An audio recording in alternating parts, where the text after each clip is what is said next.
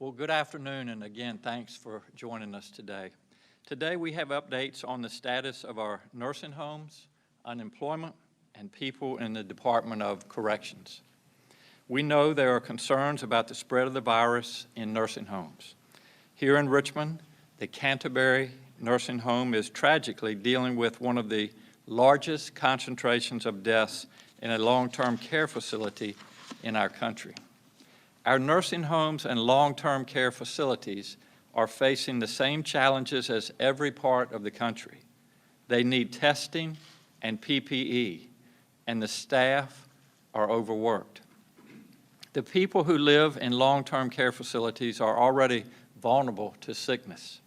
And now, because of social distancing, they can't even see their loved ones. But these are our parents and grandparents. We have a special obligation to protect them, in addition to our responsibility to protect public health. So today, I am giving Dr. Lori Furlano a larger role in leading our efforts to help our nursing homes and long-term care facilities mitigate the cases they have and prevent further outbreaks. You all know Dr. Furlano. She is the Deputy Commissioner for Public Health at our Department of Health. She is also leading our COVID-19 mitigation strategy. Dr. Furlano will lead a task force made up of several secretariats and agencies, and it will focus on 3 tasks. First, she will work with our Secretary of Finance to ensure that our nursing homes and long-term care facilities have the resources they need to fight this virus. Second, she will work with the facilities to strengthen their staffing and to increase infection control measures. This includes making sure our nursing homes have the testing, the PPE, and the cleaning supplies that they need. As we all know, testing and PPE in particular are a problem across the country. She will make sure Virginia's long-term care facilities continue to be a priority. And third, she will make sure that the public and the facilities are getting the information and data they need about where this virus is appearing. The task force will track data on a number of cases in Virginia that are in long-term care facilities, the number of deaths in those facilities, and outbreak data. Dr. Furlano will share more on that data in just a few minutes. Dr. Furlano will ensure that we are doing everything possible to help these facilities and that we have an open line of communication with them. Our long-term care facilities are home to people who are most vulnerable to this virus, which can be particularly hard on people who are older or who have other health conditions. Every person in assisted living and long-term care is someone's parent or loved one. It is vital that we protect them. Dr. Furlano and this task force will help us do just that, and she will report back to you regularly. Today, I also want to announce that we are using more avenues to recruit additional medical volunteers in our Medical Reserve Corps.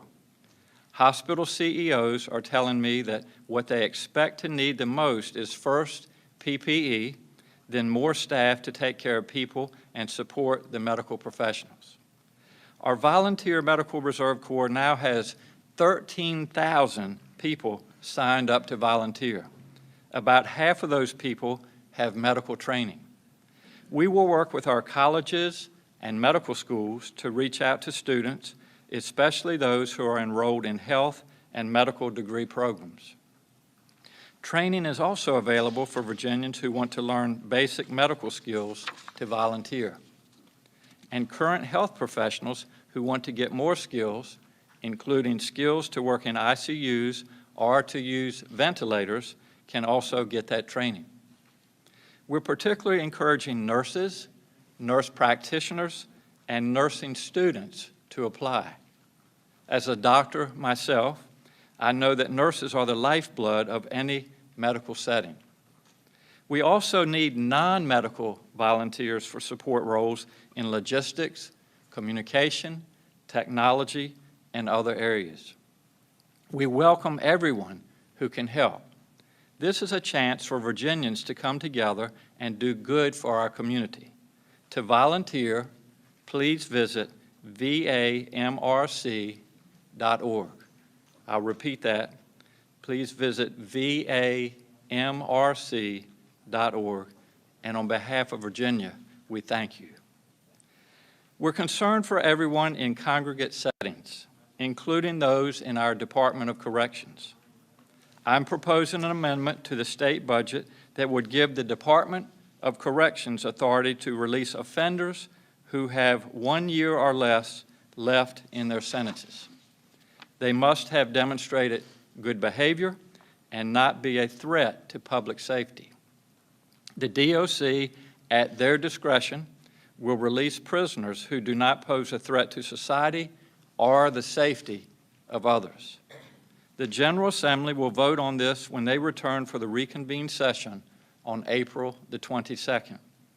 Between now and then, DOC will do the work of planning how these individuals may safely be released. Reentry planning typically happens over the course of months. We're asking our DOC to do that in a matter of weeks.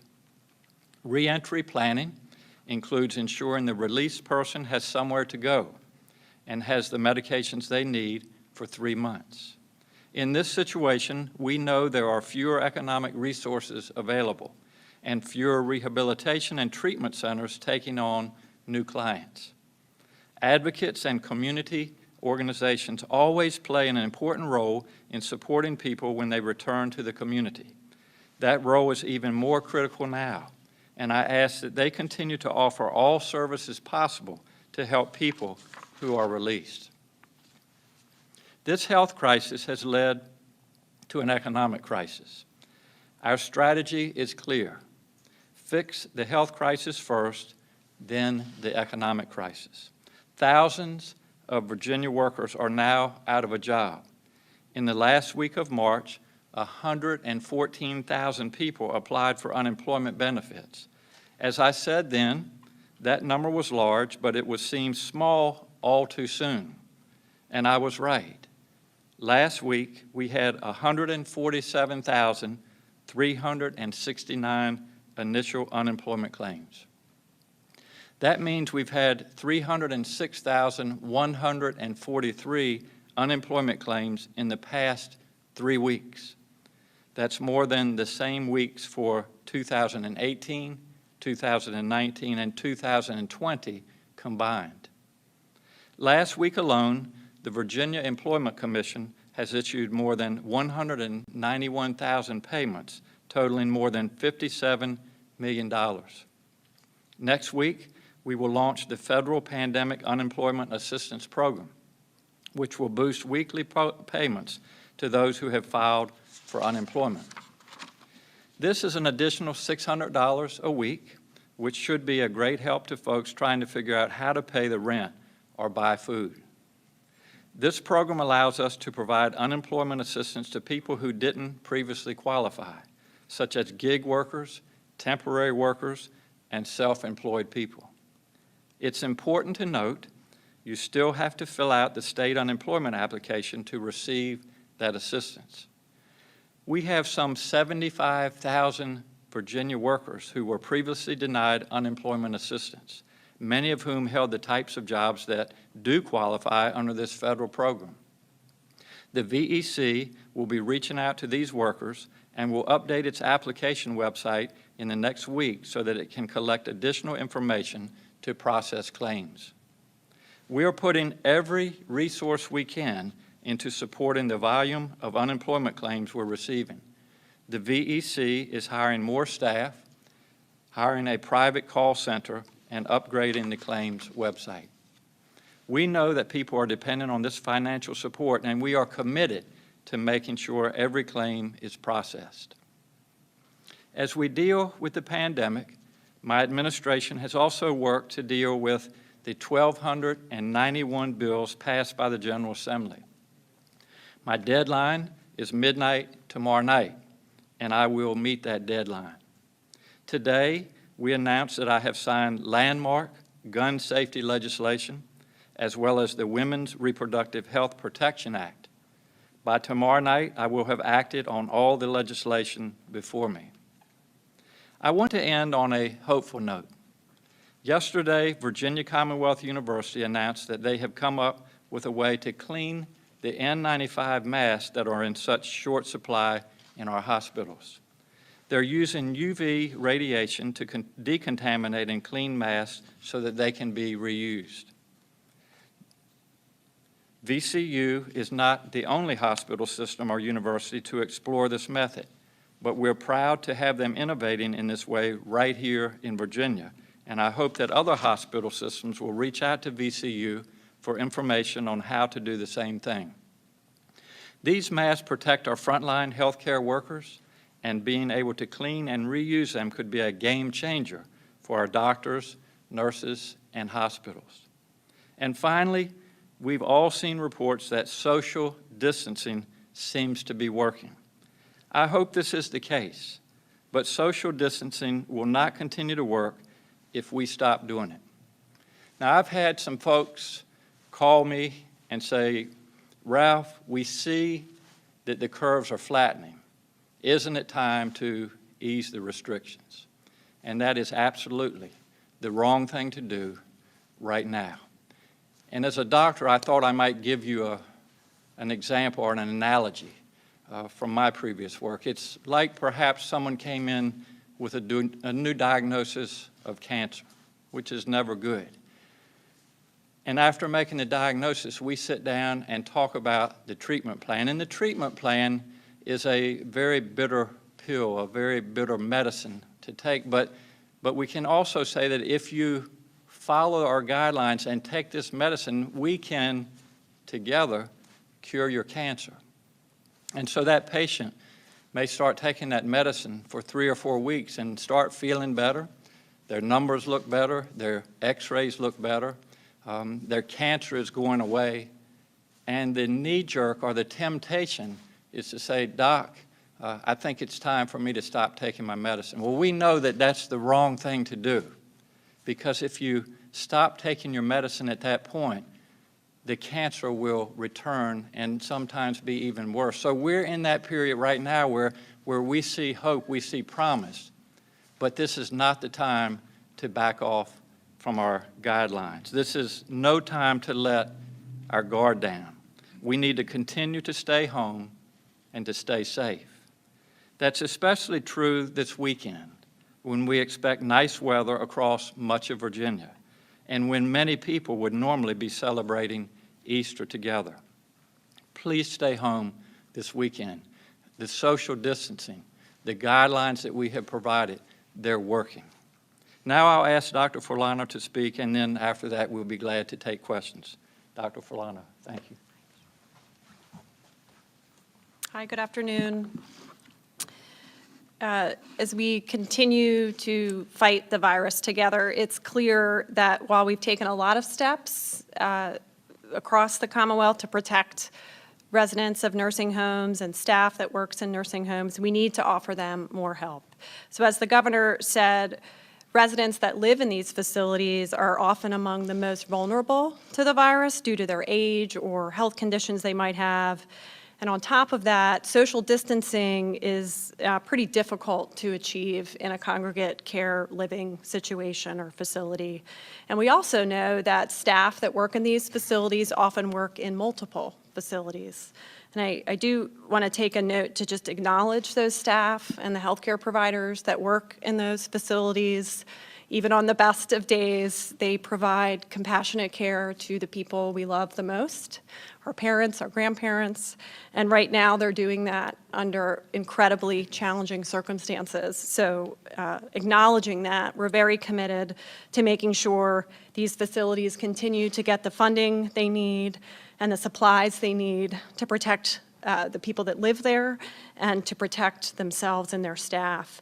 We also want to ensure open communication between our local health departments and these facilities in a given area.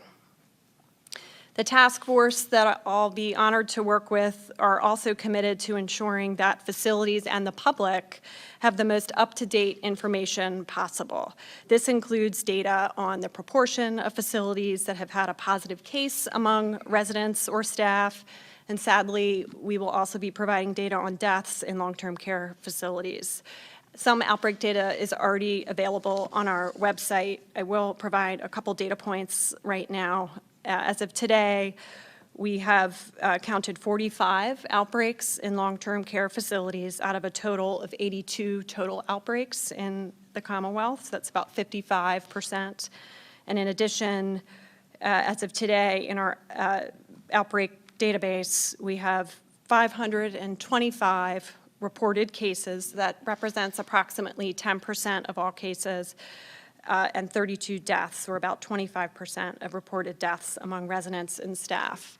I do want to explain a little bit the number there. That 525 comes from an outbreaks database system, which is different than our disease surveillance system that produces the case counts that you see on the website every day.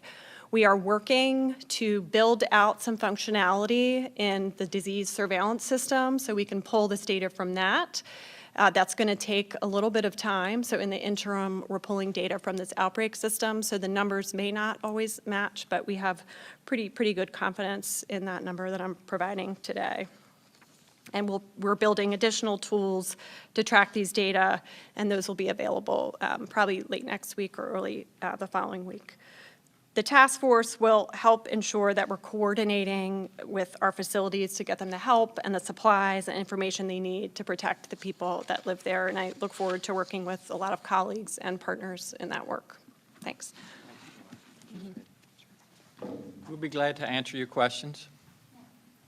Yes, with the DOC release program that you announced, do you have a number of how many inmates are potentially eligible for that? And also, when would that go into effect? Would that be July 1 would be the earliest, or would it be sooner? Great question. It would go into effect immediately with an emergency clause if the legislatures agree to that. So they will need to vote on that on April the 22nd.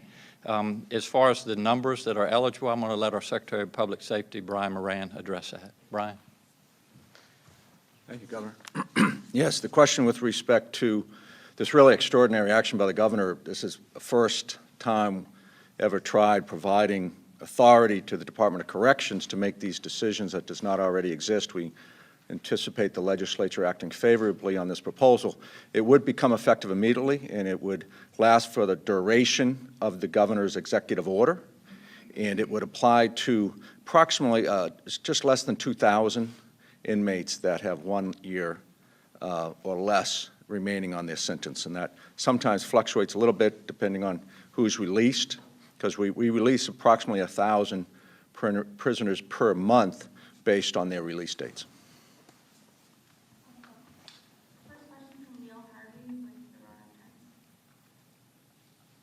Good afternoon, Governor. Thank you.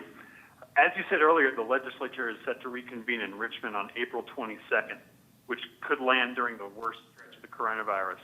That's less than 2 weeks from now.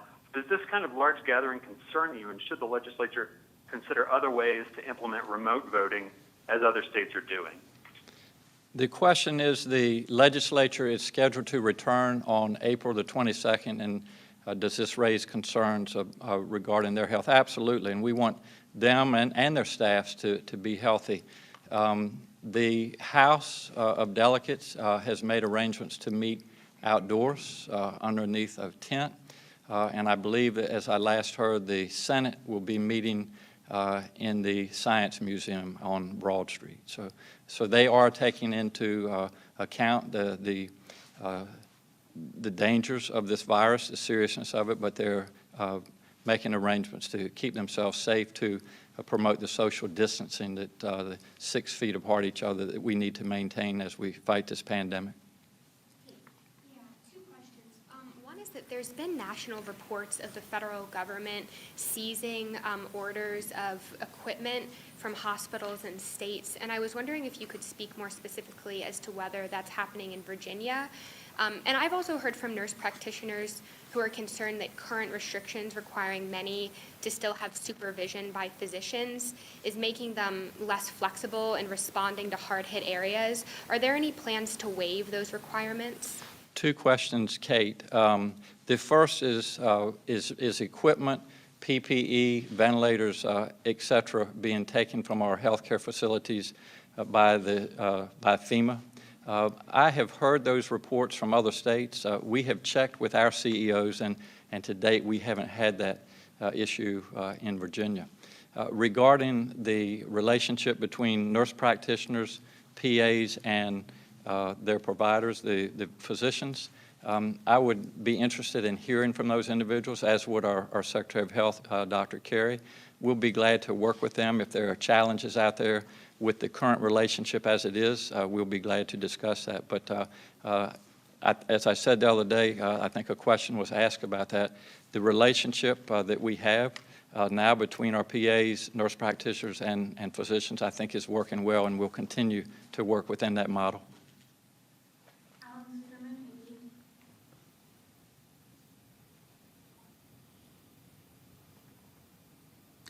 Do we have Alan on the line? Okay, the next will be from Mallory Nopane, WVTF Radio. Good afternoon. I'm going to ask about immigrants being held at the 2 ICE detention facilities in Virginia. Advocates are concerned that the hundreds of detainees are at risk, especially at the private facility in Farmville, where there was an outbreak of mumps this summer. The Legal Aid Justice Center has asked the administration to inspect both facilities, make sure testing is available, proper sanitation. Is the administration planning to do any of those things? What steps is the administration taking to ensure that immigrants in both facilities are kept healthy? Let our Secretary of Public Safety address that. Brian. Question is with respect to ICE facilities. We actually have 2 ICE facilities in the Commonwealth of Virginia. We do not make clear that the state does not have jurisdiction over those facilities.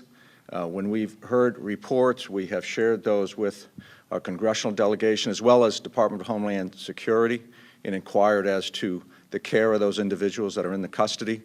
And, again, they're not under our jurisdiction. We'll continue to pursue that and take whatever actions necessary to ensure the safety of those residents of those facilities.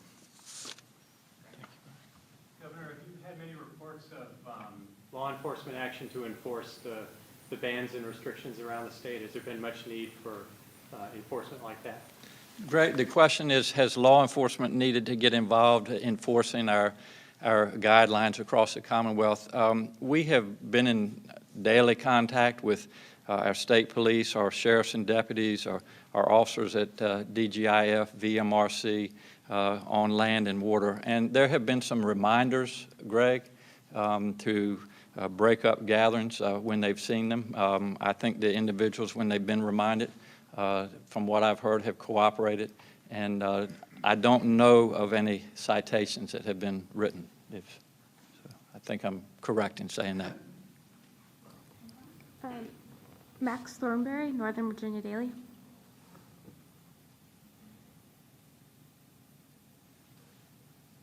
Hi, Governor. I've got a question about one specific juvenile justice facility in particular, but maybe this could be applicable to more. The Bon Air Juvenile Justice Facility, they have 2 staff and 1 resident that has tested positive for COVID-19. At this facility and in others, when there is a confirmed case, will everyone there be tested to see how wide the spread is in those facilities? And if that is going to happen, what's the timeline for that testing? The question is about our Department of Juvenile Justice and one of our facilities at Bon Air and some positive test results. And again, I'm going to let Secretary Moran address that. Sheriff's Doctor. Thank you, Governor. And the question with respect to a Bon Air facility, over the years, we've actually reduced our population of residents in a juvenile category to 1 facility in the Commonwealth, and that is the Bon Air facility. We now have approximately 205 residents. We actually have had positives. I think, Max, you mentioned 1. It's actually more than that, unfortunately. So we have done widespread testing, and we're following Virginia Department of Health's guidance. Fortunately, at Bon Air, we have 7 units, and so it was built for a capacity of over 500 kids, and we have only 205, as I mentioned. So we're able to, isolate them and use quarantine methods pursuant to the CDC guidelines. And so we have 7 units, as I say, and we're spreading them out to make sure that there is not the interaction. But it's unfortunate, and we're doing everything we can. And of course, Valerie Boykin is our wonderful director, and the whole DJJ staff doing everything they can to ensure the health and safety of the residents of a Bon Air facility. Governor, I've got a couple of questions, if I may. I know we talked about it last Wednesday, but do you know if anything has been done in terms of possibly opening some of the community centers in stressed areas, African-American communities, for testing and information? And then secondly, the president talks about he being a glass half full kind of guy, and he talks about wanting to open the country. We don't hear, well, he's praised for that, and then he's criticized, saying that he may send a sense of false clarity, if you will. How do you rationalize that style of leadership for people who say the governor is not showing hope? It's a good question. The 2 questions, and I'm going to let our Secretary of Health answer the first one, but I will address the second one. And there is nobody out there that wants us to get back to our life as normal more than me, but we also have to deal with reality. And I think there's a difference in leadership styles between aspiration to say, well, we're going to do this and we're going to do that, but not backing it up with science. I'm a doctor, as you know. I understand the importance of keeping people healthy. And so I'm looking at the data, and there's a lot of data, and I'll make a comment about our models in just a bit. I'm looking at the number of individuals that are in our nursing home right now that are their health is at risk. I'm looking at the number of admissions to our hospitals, especially the number of ICU admissions. I'm looking at the number of these COVID-19 patients that are now on a ventilator. And so while I would like to be aspirational, and I would always want to provide people hope, because I will tell you that once you take someone's hope away, you have taken away their will to live. And so I'm a big believer in hope, but I'm also a big believer in telling the truth, in letting people know what we're up against. That this is a biological war that we're fighting here in this country, and we need to take it seriously, and we need to, as best we can, use the science and the data when we provide these guidelines, because at the end of the day, my job as your governor is to keep Virginians safe, and that's what I'll continue to do. Dr. Carey? Thank you, Governor. The question was, have we, since Wednesday, set up community center-based testing programs? And the short answer is no. The longer answer is that we need to develop testing capacity greater than we have now.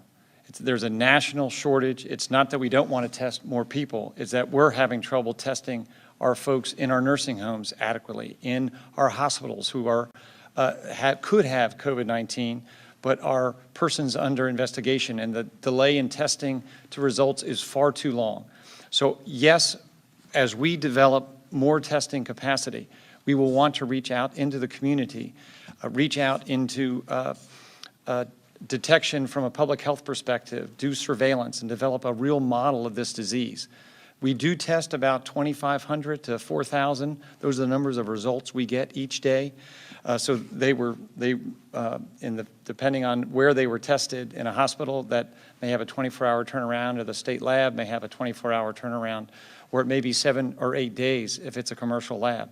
So once our number one job is to increase the capacity and the rapidity of testing.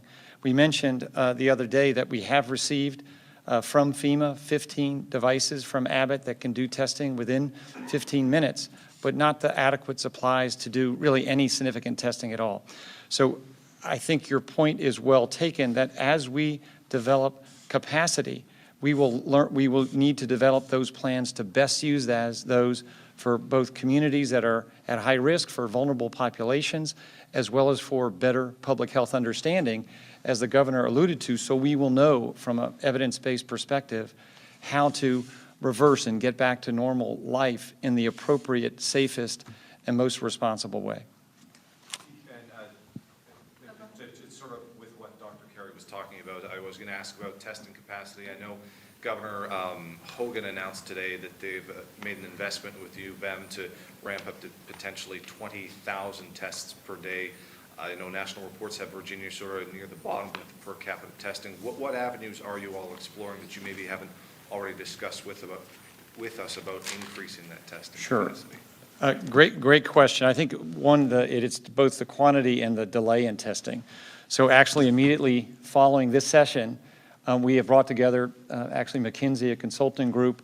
How can we get better in Virginia? What are the lessons that in my conversations with other states, whether it's Michigan, Maryland, or North Carolina, they're doing very much what those states are doing. But what can we do better? How can Virginia be the leader in testing? And we don't know those answers, but we are aggressively seeking those answers. So great question. Okay, the next is from Bill Atkinson with the Progress Index. Thank you, Marissa. Governor, you mentioned earlier about the releasing of some of the inmates to help out with the social distancing protocols and what have you. What about at the state's mental health facilities, like here at Central State in Petersburg? What guidance is being offered to those facilities in terms of social distancing, patient moving restrictions? I know that Central State has had one confirmed COVID case among a worker, but nothing among the patients. So what sort of guidance is the state offering the mental health facilities to dealing with this outbreak? The question is, our mental health facilities, where those with psychiatric illnesses are housed, what are we doing to take care of them? We're essentially using the same guidelines that we're using in our nursing homes. And I think again, going back to our penitentiaries, the temptation would be, or our nursing homes, to say, well, let's get these individuals out of those facilities. But in the case of the mental health facilities, there's really not a good option other than where they are. That's the safest place they can be, with a roof over their head, with good nutrition, and with people that care for them on a day-to-day basis. So they will stay at those facilities, but we will use the same criteria that we use at our nursing homes, with isolation, with testing, with PPE that's needed to make sure that we take care of their health and well-being. The next question is from Greg Hambrick with Inside Nova. Governor, we've noticed anecdotally in the public that folks are wearing their face masks about half the time. There are a lot of people not wearing face masks when they're out at the grocery store, when they're out in public. Other places in the country are shifting to a mandatory policy for face coverings. Is that something that you would be considering here in the state? The question is, will we consider making the wearing of face protection mandatory? And there was some reluctance even to move in that direction initially, because we had such a shortage of face protection for our first responders, hospital caregivers, et cetera. But what has happened over the weeks is that we now have ways that we can make facial protection. The Department of Corrections has made thousands of these. We can take a bandana and fold it and use rubber bands. So we do encourage now individuals, when they're out and about, especially when they're around other people, to wear this facial protection, not only to protect themselves, but also to protect others. But to date, we have not made that mandatory. It's just a strong suggestion and an encouragement. And I want to just, again, commend Virginians. You're doing the right thing, and we appreciate you being part of the solution. So as long as we can continue to work together, as long as we can continue to see that the social distance is working, that the curves are flattening, we'll continue with our present guidelines. Why aren't deaths reported by locality, and is that something that you all will commit to do going forward? You want me to deal with it? Okay.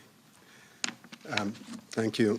So the question is, why aren't the deaths reported by locality? We report the deaths by region, and we also now are rearranging our dashboard so that we can report those deaths by the health district itself. So it'll be a much smaller geographic area than the 7 regions in the state, which is how we've been reporting it up till now. And I think that should be online fairly soon, and we'll give people a more granular view of both the incidents and the deaths from COVID-19. The general reason for restricting at all the reporting of disease is to protect the confidentiality of the individuals. These numbers are relatively small when you get down to a very small local area, and it's if a patient wants or their family decides that they're going to release that information and gets out, that's one thing, but for us to do it without their consent is not something that we do.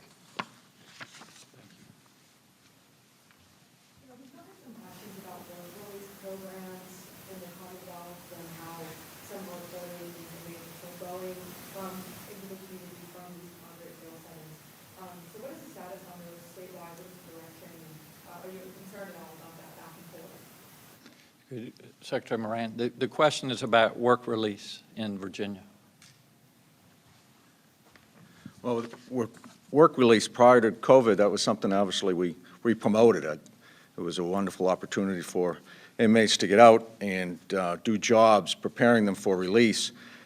We have stopped work release programs in the Department of Corrections, so we'll follow up if there's a particular location, a sheriff's program out of a jail that's still using. I would frankly be surprised, because my communications with the sheriffs, they understand this. They're observing the governor's order to restrict as much as possible any movement outside the facility, so I'd be happy to follow up, but we would discourage at this time any work release. That would introduce somebody back into the community.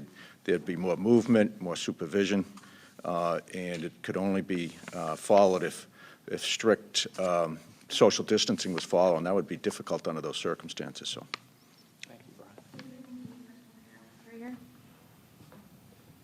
Yes, thank you, Governor. I wanted to, I know you've mentioned several of the bills that you have signed. I wanted to inquire about the status of the casino bill, if you've put pen to paper yet.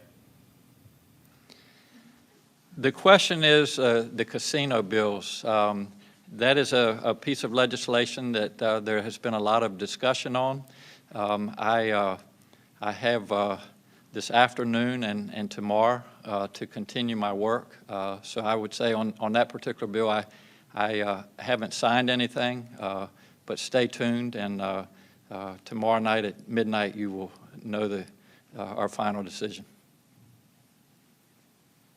And Governor, I know you were going to talk about the modeling for Yes. PDA, and also to that end, I believe you said by today the work should start on the convention center and other alternative care sites to prepare for when that is. Can you just update on those two, if you don't mind? Yeah, let me answer your second question first, and that is our alternative care facilities.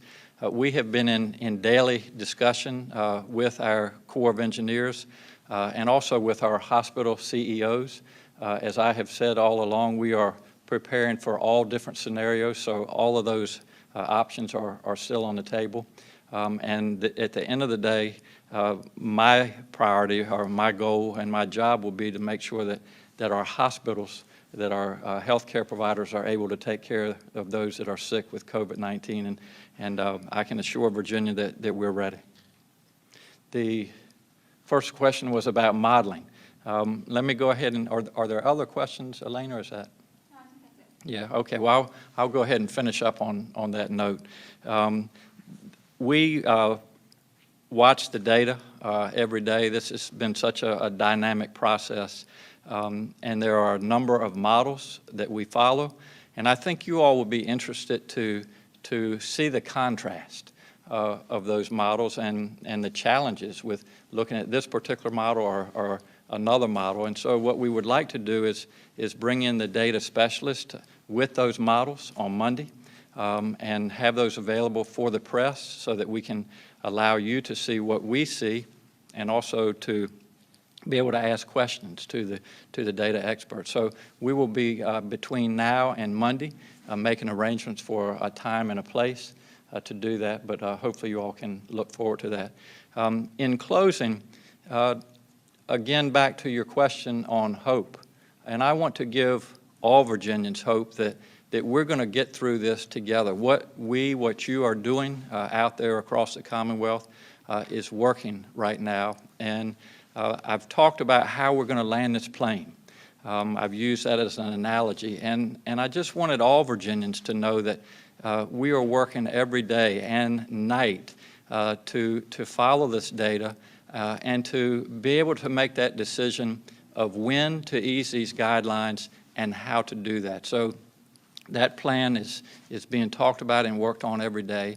And then the second part of this is our economic crisis. And as I have said all along, in order to get the economic crisis addressed, we've got to get the health crisis behind us, and we're working on that. But we also have plans that we're working on every day to really how to jumpstart this economy, how to get businesses, especially our small businesses, back where they were before this all happened, how we can get Virginians back to work as quickly as we can. So a lot of good work is going on, and I just wanted to let you know that we're working hard every day on how we can land that plane, and we plan to do it successfully. And as I have reminded Virginians, you know, we're the #1 state in this great country of ours in which to do business. We also want to make sure that we're the #1 state for our workers. So we went into this crisis, COVID-19, in a very strong position.